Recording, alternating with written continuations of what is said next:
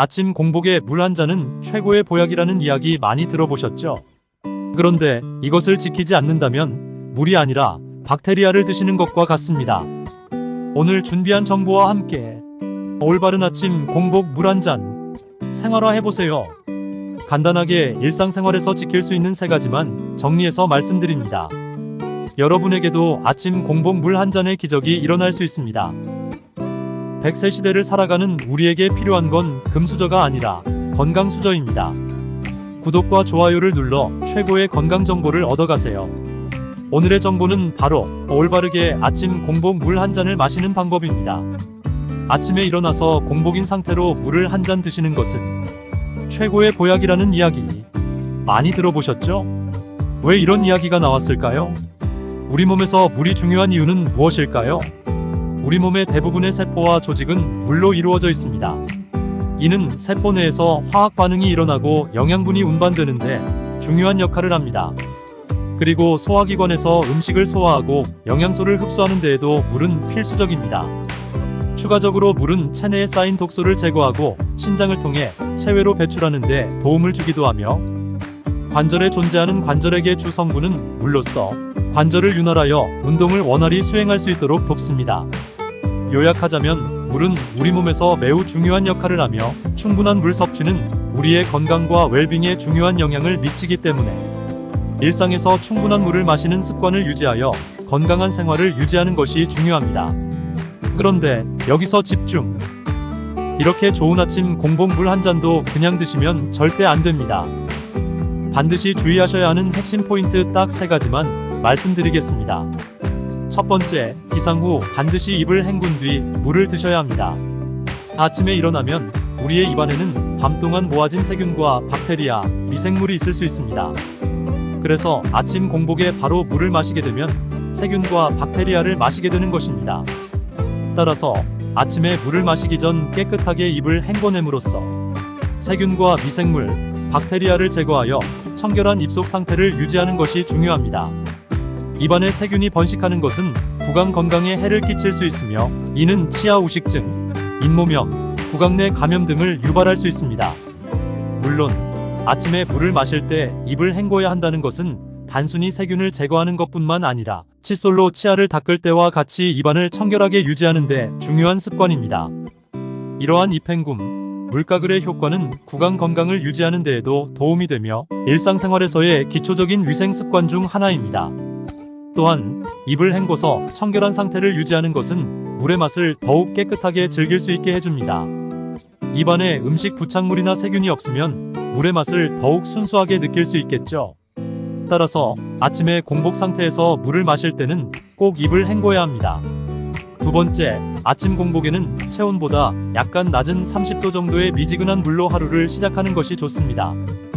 혹시 아침잠을 빠르게 깨우거나 갈증 해소를 위해서 공복에 시원한 물을 마시는 분들 계신가요? 앞으로는 절대로 하시면 안 됩니다. 왜 미지근한 물을 마셔야 할까요? 먼저, 미지근한 물은 소화를 원활하게 할 수 있도록 돕습니다. 미지근한 물은 체온과 비슷한 온도로 소화기관에 부담을 주지 않고 자극을 최소화합니다. 너무 차가운 물을 마시면 소화기관이 수축하여 효율이 떨어지고 너무 뜨거운 물은 소화기관을 자극하여 소화에 악영향을 미칠 수 있습니다. 따라서 미지근한 물을 통해 소화를 원활하게 도와주는 것이 중요합니다. 또한 미지근한 물은 체내 수분 흡수를 돕습니다. 30도 내외의 미지근한 물은 체온과 비슷한 온도로 조절되어 있기 때문에 소장과 대장에서 수분을 흡수하는 과정을 원활하게 해줍니다. 너무 차가운 물을 마시면 소장과 대장이 수축하여 수분의 흡수가 어려워지고 너무 뜨거운 물은 소장과 대장을 자극하여 소화를 방해할 수 있습니다. 그럼 마지막 3번째입니다. 아침 공복에는 물을 천천히 마시는 것이 좋습니다. 천천히 마시는 물은 소화기관의 부담을 줄여줍니다. 아침에 일어난 직후는 소화기관이 아직 깨어나지 않은 상태일 수 있습니다. 너무 급하게 물을 마시면 소화기관에 부담을 주어 소화 과정을 방해할 수 있습니다. 따라서 물을 천천히 마시면서 소화기관이 활성화될 수 있도록 도와주는 것이 중요합니다. 또한 여유있게 마시는 물은 수분을 체내로 천천히 공급합니다. 체내의 물은 소장과 대장에서 천천히 흡수되어 체내로 공급됩니다. 너무 급하게 마시면 물이 위장을 빨리 통과하여 소장과 대장에서의 수분 흡수가 제대로 이루어지지 않을 수 있습니다. 그리고 물을 급하게 마시면 몸이 갑작스럽게 많은 양의 물을 처리해야 하므로 소화기관에 부담을 줄 수 있습니다. 따라서 아침 공복 상태에서 물을 천천히 마시는 것은 소화기관에 부담을 주지 않으면서도 수분을 효과적으로 공급하여 건강을 유지하는 데 도움을 줍니다. 보너스 정보 한 가지 더 설명해 드릴게요. 건강을 위해서는 물을 도대체 얼마나 마셔야 할까요?